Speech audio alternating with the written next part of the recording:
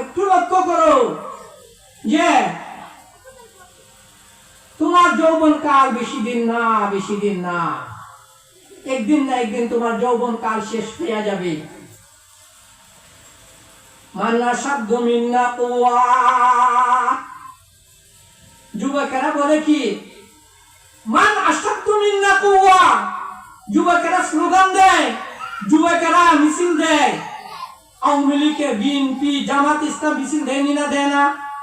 হ্যাঁ, রাজনৈতিক দলেরা মিছিল দেয়নি না, দেয় না?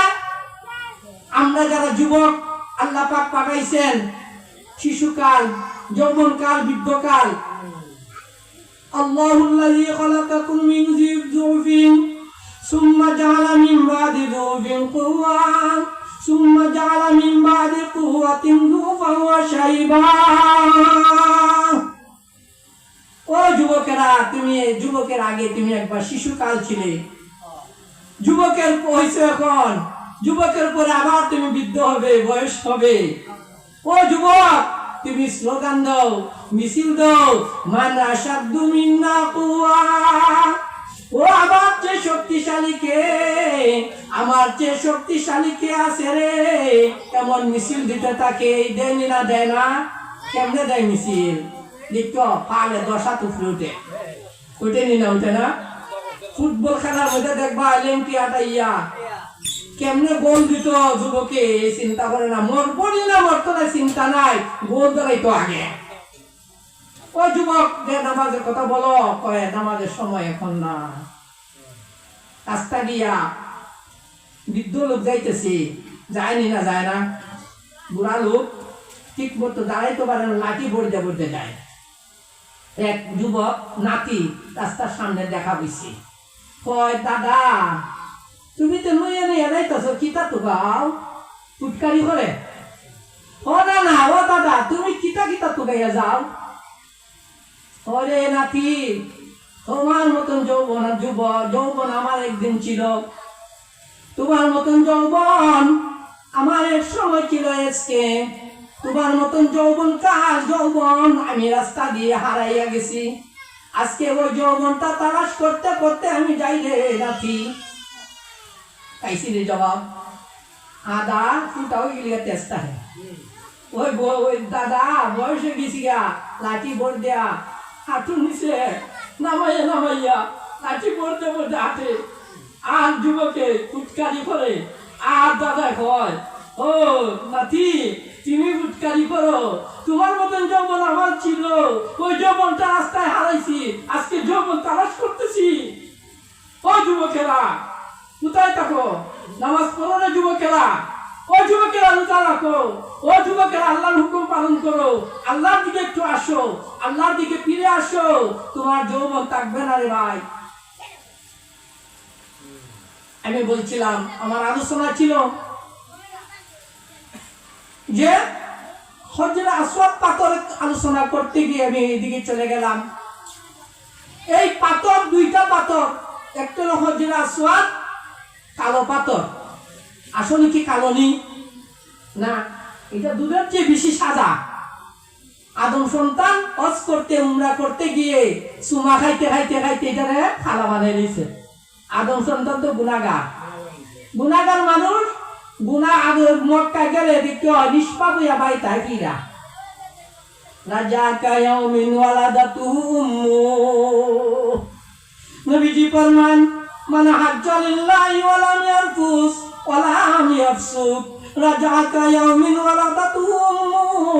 নবীজি ফরমান যে কোন ব্যক্তি যদি হজ করতে গিয়ে, আল্লাহর জন্য হজ করতে গিয়ে কোনো গালি দিল না, কোনো ফাসিকি করলো না, কোনো গুনাহ করলো না, সুন্দরভাবে আল্লাহর জন্য হজ করে আসলো, রাজাকা ইয়াউমিন ওয়ালাদাতুহু উম্মু, সে হজ থেকে এমন ভাবে ফিরে বাড়িতে আসছে সেজন্য আজকে তার মার ঘর থেকে জন্ম নিল।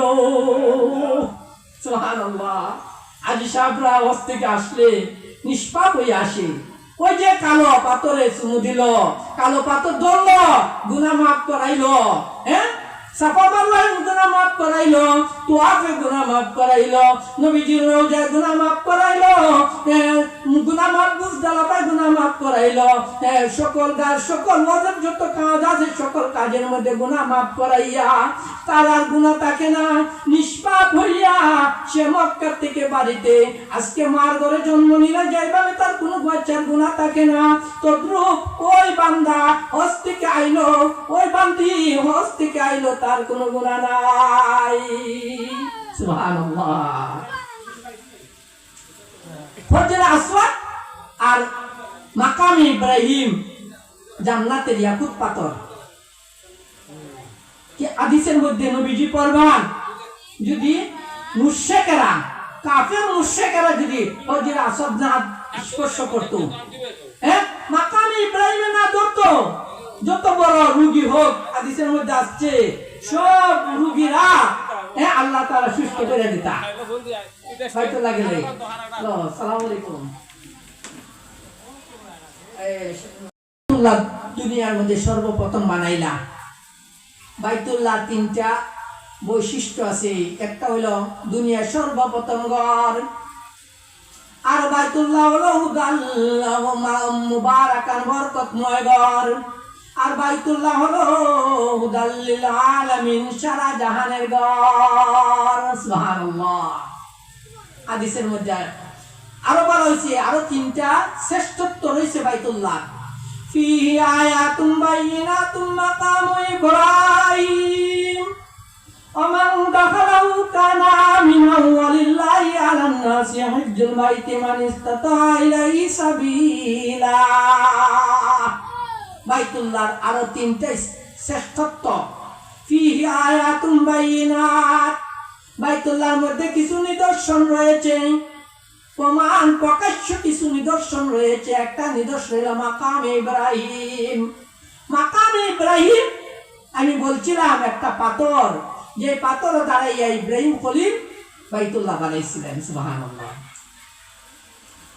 আমান দাখালাহু কানা আমিনা, যারা বাইতুল্লাহর মধ্যে প্রবেশ করবে তারা হবে নিরাপদ। এটা হলো একটা শ্রেষ্ঠত্ব। 3 নম্বর শ্রেষ্ঠত্ব হলো ওয়ালিল্লাহি আলান নাসি হিজ্জুল বাইতি মান ইসতাতা ইলাইহি সাবিলা। 3 নম্বর শ্রেষ্ঠত্ব হলো বাইতুল্লাহ, যে বাইতুল্লাহর ঘর হজ ফরজ। যে ব্যক্তি এই বাইতুল্লাহ পর্যন্ত আসা যাওয়ার ফরজ যার কাছে থাকবে, তার জন্য বাইতুল্লাহ হজ করা ফরজ। সুবহানাল্লাহ। এই জন্য 3 নম্বর শ্রেষ্ঠত্ব।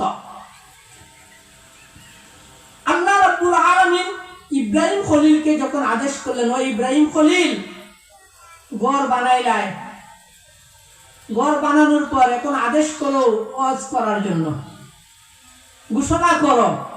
ইব্রাহিম খলিল ঘর বানাইলা, বানানোর পর কিছু পাথর রইল অবশিষ্ট। বিল্ডিং বানাইলে কিছু কংক্রিট থাকেনি, না থাকে না, ওই না অবশিষ্ট থাকেনি, বালু থাকে, কংক্রিট থাকে, ইট থাকে। এভাবে ইব্রাহিম খলিল বাইতুল্লাহ বানাইয়া কিছু পাথর রইল বাকি। ইব্রাহিম খলিল জিব্রাইল আলাইহিস সালাতু ওয়াস সালাম কে আল্লাহ তাআলা বললেন, ও জিব্রাইল, অবশিষ্ট কিছু পাথর যে আছে ওই পাথর তুমি মাকামে ইব্রাহিমের মধ্যে দাঁড়াইয়া, তুমি উপরে টিলার উপরে দাঁড়াইয়া বাইতুল্লাহ থেকে ছিটাইয়া দাও সারা পৃথিবীর মধ্যে। ছিটাইয়া যখন দিলেন, পাথরগুলো আল্লাহর হুকুমের যেখানে যে পাথর পড়লো সেইখানে একটা মসজিদ হয়ে গেল। সুবহানাল্লাহ। আজকে যে মসজিদ হয় খালেঙ্গা পাহাড়ও, আজকে যে মসজিদ হয় সুকিন্দা টিলার মধ্যে হয়নি, না হয় না, আজকে পাথর হয়, মসজিদ হয়, যে কোনো জায়গায় মসজিদ হইতেছে। আপনি আমরা কই দেখো খালি ঘরে ঘরে বাড়ির কাছে কাছে মসজিদ। আসলে এটা কেউ বানাইবার ক্ষমতা নাই। ইব্রাহিম খলিল আলাইহিস সালাতু ওয়াস সালামের পাথর অমন জায়গায় পড়ছে, সেখানে মসজিদ হয়েছে। সুবহানাল্লাহ।